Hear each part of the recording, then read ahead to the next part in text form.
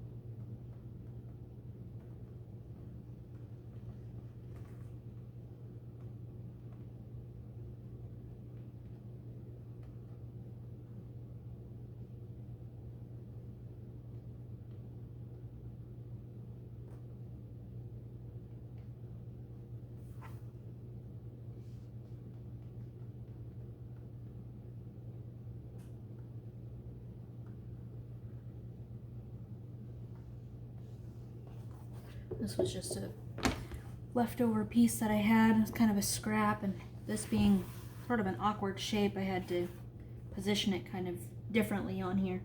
My end goal is to use this big long piece here to do the straps. That way I can tool on them and maybe even make a handle out of this. I'm doing my best to save as much of the leather as I can. I don't like to be wasteful with it. You know, if you remember, somebody lived in this skin. So just to be respectful of them.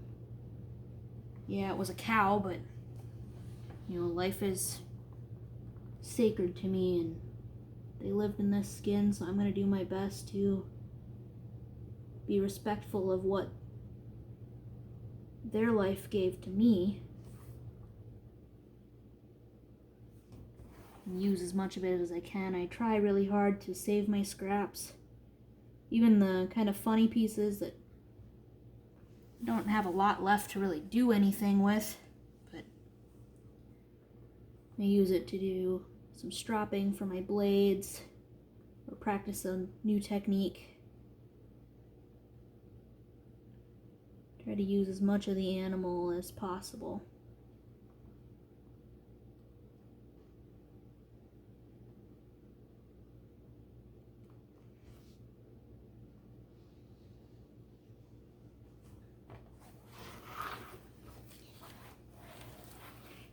An awkward shape with this big one here.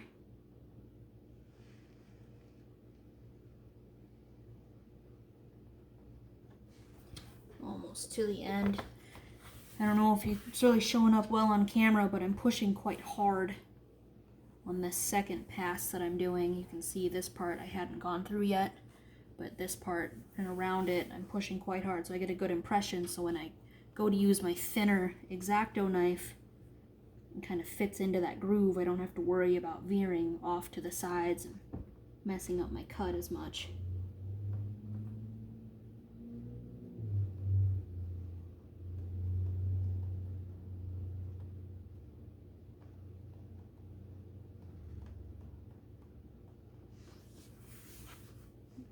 On this curve just one more time. Make sure it's good and solid in there. Okay, so that's my first cut. I'm going to cap my swivel knife. I always cap it because I keep this sucker really sharp. Next I'll grab my X-Acto blade here. Just kind of fit it into the groove. Now, this is a different technique than what I'm trying. I saw somebody else doing this, so I'm going to give it a try. Works pretty well. I get the cut started a little bit shallower than going all the way through. As you can see, it is pretty thick leather. So I start pretty shallow and cut my way a little bit, and then I can push it in a little bit more and get a good established cut. And working with a razor blade. Of course, there are some dangers, so I try to keep my hands and everything else out of the way. Make sure I don't have any fingers or anything like that in the path of the blade.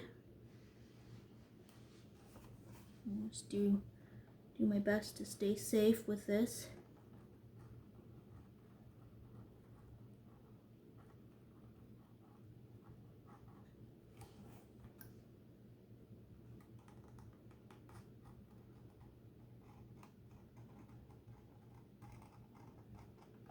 And as I go, I do vary my depth. Like I said, especially on these curves, I'll cut them a little shallower first, and then I'll go back over it with some more pressure to get all the way through that final bit. And anybody that's curious, this is 8-9 ounce leather, so it does take a little bit more effort to get through. I'm looking at getting different blades so that I can cut through these without having to use a razor blade or an X-Acto knife. Something that'll give me a little bit more long-term use. Because these blades are nice, absolutely, they stay good and sharp, but they do wear out, and I gotta throw them away or try to figure out some other use for them. I don't have a forge yet, so I can't just melt them down like I'd want to and reuse them that way. And anybody that knows me knows that I am quite concerned about other people, even if I never actually get to meet them. So, you know, if I have to throw a blade away, I try to wrap it in something really good. That way it can't poke through and cut anybody, like the garbage people when they come to pick up my trash. I don't want to cause an injury to anybody there.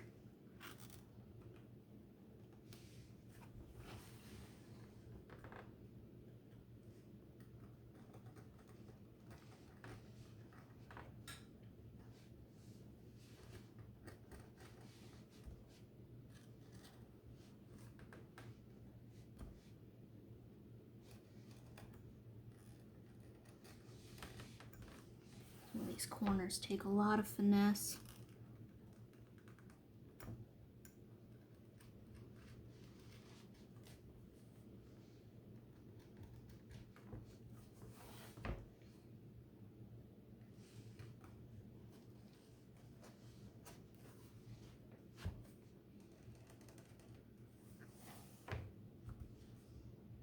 As you can see, I keep turning my piece so that I can try to get as straight on with it as possible, so I'm not having to cut sideways or away from me.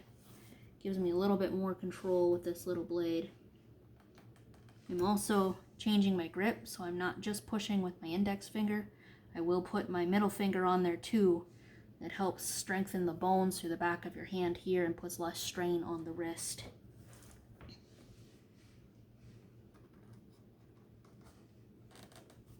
Especially something like this. You know, this leather is heavy duty.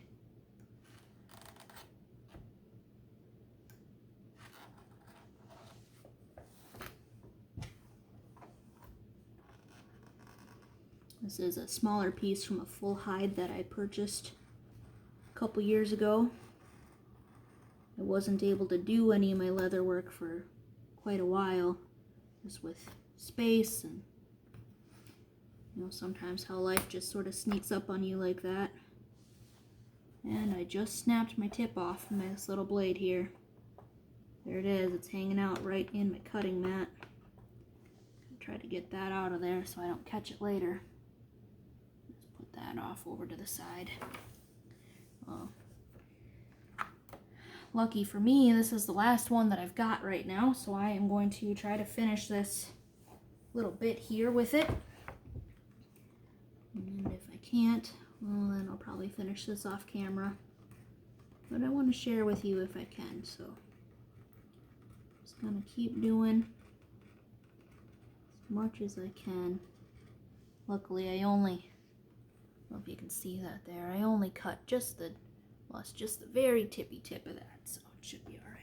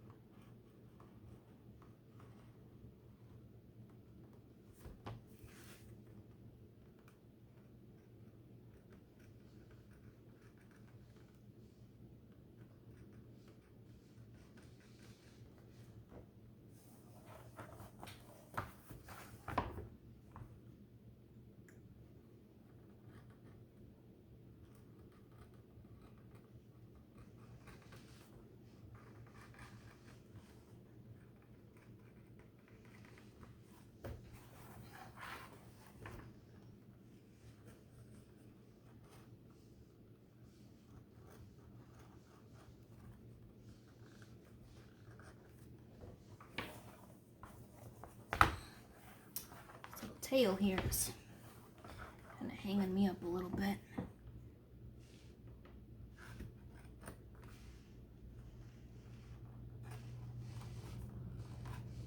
That should be enough to get me around the corner and get that tail out of my lap.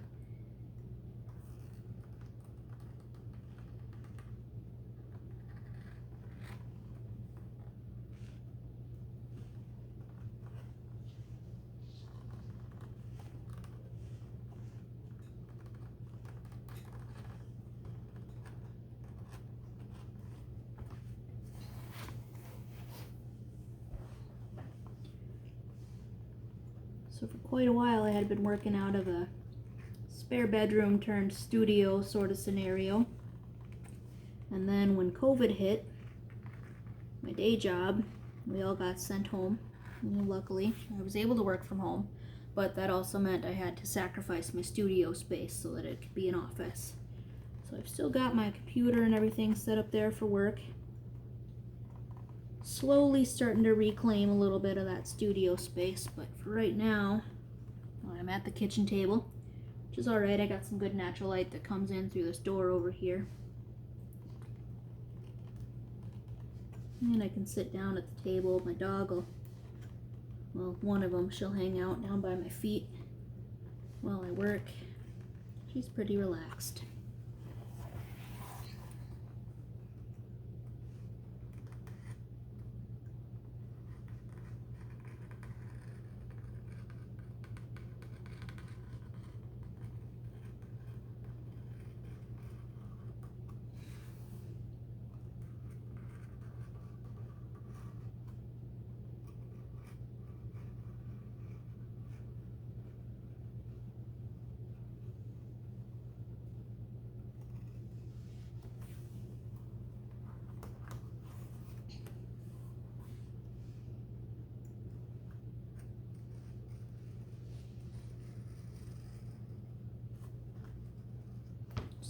Right now I'm going through and doing a little bit shallower cut all the way through here, just to release those fibers inside just a little bit.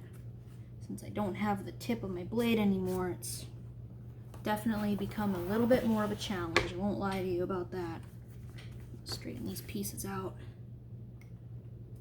Try to keep them level with each other, that way I can go back through and do my cut. When they get uneven like that, it causes extra torque. If you've ever cut through a piece of wood with a handsaw, you'll know exactly what I mean. It makes it a lot more difficult to actually make your cut and go through.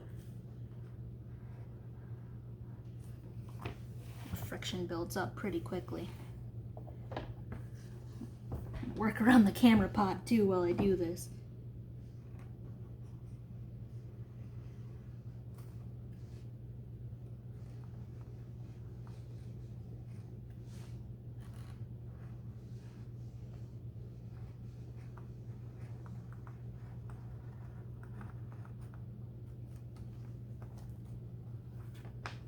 Test, make sure it is releasing the way I want it to. Then I can go back and revisit those parts that don't quite pop up right where I want. See, like this corner right here, press on it, it's still attached right in that very corner. So flip this around a little bit. Like I said, make sure it's nice and even so that I can get through there easily. And there we go, now it's released. I'll just go back through all the way around and make sure I've got all that. You can tell right where my tip broke off because quite a lot of bits holding on there still.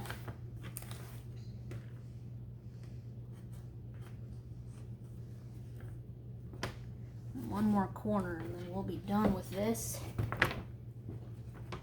And then I can move on to the next step. Alright, there we go. Got a little bit of cleaning up to do with this. It is a rough cut, so I'll still go back through here in my finishing process and make sure this is all even so I won't be having these pieces hanging off like I do right now. But for now I've got my basic shape and that's good enough. This is the piece that I cut before. I'll scoot this out of the way here and get my blade to where it's somewhere safe. Extra points if you can guess what I'm going to make just off of these two pieces.